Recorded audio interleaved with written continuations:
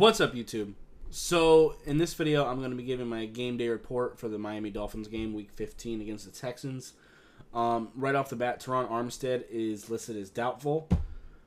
And also on the other side, Kendall Lamb is listed as questionable. Kendall Lamb didn't participate in practice Wednesday or Thursday.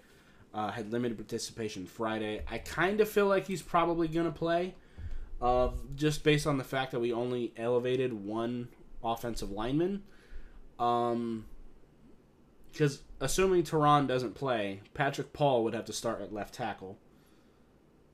And if that's the case, he obviously can't be the starting right tackle as well.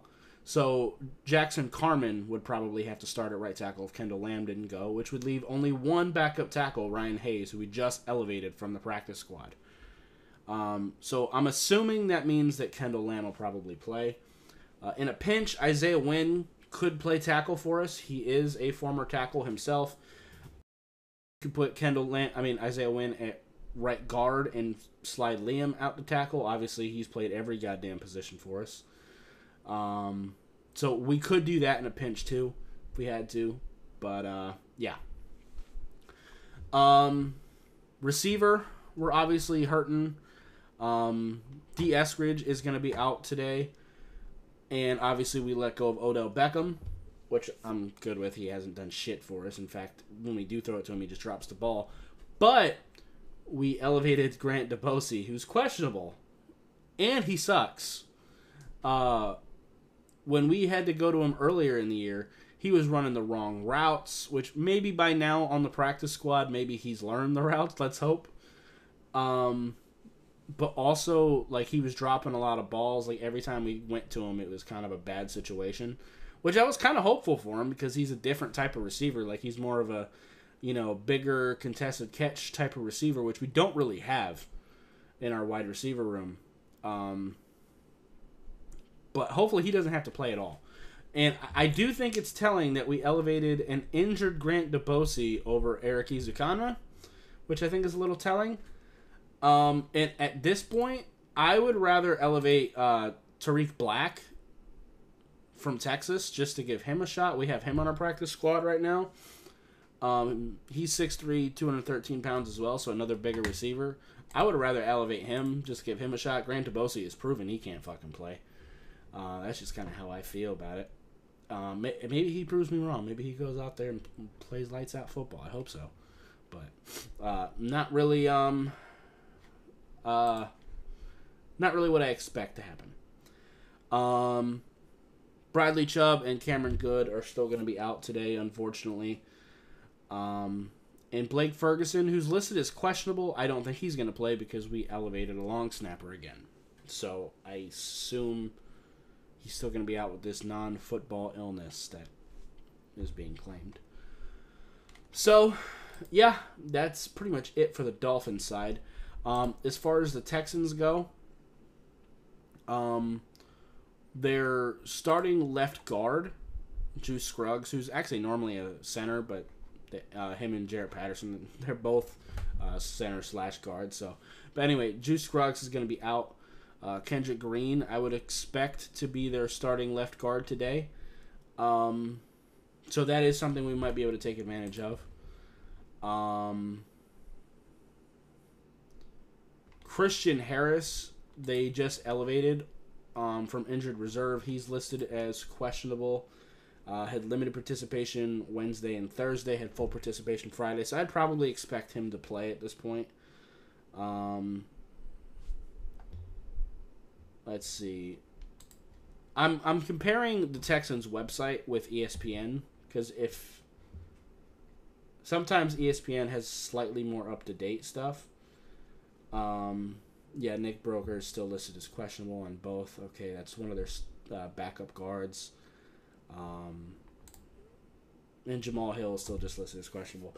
But both of those guys had full participation in practice on Friday, so I assume that they'll probably play, if I had to guess.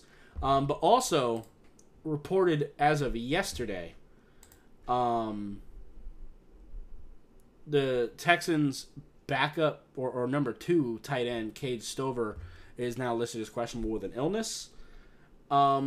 And they elevated Irv Smith off the practice squad, so I assume that probably means that Cade Stover isn't going to play. But also, the fact that Irv Smith was just sitting there on the Texans practice squad is crazy. It's just crazy to me. I'm going to be honest. Julian Hill has sucked ass all year. And Durham Smythe can't catch the football anymore either. I would have cut either of them, take your pick, and poached Irv Smith off the Texans practice squad to be our number 2 tight end. I would have done that. I did not realize he was just sitting there on their practice squad. That's insane to me. But that's just how I feel. But either way, and Aziz, their starting Will is obviously suspended as well. I assume Devin White will probably fill in for him, if I had to guess. So we will see there. But anyway, the Texans themselves, though, I mean, their offense has a lot of weapons to be worried about. C.J. Stroud hasn't played as well this year. He's turned the ball over a little bit. Hopefully we can take advantage of that. But we will see. Joe Mixon has been playing lights-out football. He's probably going to win me a fantasy championship this year. My money league, I got him and Derrick Henry, so it's been a good year. So he's been playing amazing. Got a pretty solid receiving core. I mean, Nico Collins, Tank Dell, John Mechie, they're all solid. Robert Woods is decent. Dalton Schultz, solid at tight end. Even with Juice Scruggs out, they have a pretty decent offensive line as well. It's not amazing, but it's decent. And defensively, they got some guys too, man. Will Anderson and Danielle Hunter at edge, they're both fantastic players. I think between them, they've got 20 sacks this year. Like if they're not, I think they have the most sacks as a duo in the NFL this year. If not, it's close. So that's definitely something we're going to have to worry about, especially with Teron Armstead out and Kendall Lamb potentially being hurt. That is something we're definitely going to have to really look out for. Luckily, Tua gets rid of the ball quick, so hopefully we can do that today. Linebacking core is still pretty solid. Derek Stingley is really developing as the corner we more or less expected him to be. So they definitely got some good players there. Jalen Petrie is on IR now, though, so they are a little bit banged up at safety. But even still, they do overall have a pretty good defense. Fairbairn, they got a great kicker. So, I mean, they probably are the favorites. I mean, there's a reason they're 8-5 and we're not. I think we can beat them. I definitely think we can. Hopefully we can get the run game going because, again, I think especially without Armstead, I think if Will Anderson and Danielle Hunter can just tee off on Tua, I think we're going to be in for a pretty bad day. So hopefully we can get the run game going again. Raheem Mostert isn't on the injured report for once. But also, I still don't really want to play him, to be honest with you. Or don't play Jalen Wright, one or the other. Because Devon Achane has to go. Because we're probably only going to go into the game with 3 running backs. And I want Jeff Wilson. Just because I feel like Devon Achane, Raheem Mostert, and Jalen Wright all kind of do the same things. They're all speed backs. I would like to have that power back in Jeff Wilson, especially because we're so bad in short yardage situations. But, you know, I just got a camera and a microphone. Who am I? Whatever. Yeah, just a power run with Devon Achane, who's like 30 pounds lighter than Jeff Wilson. Go ahead. It's doing great so far.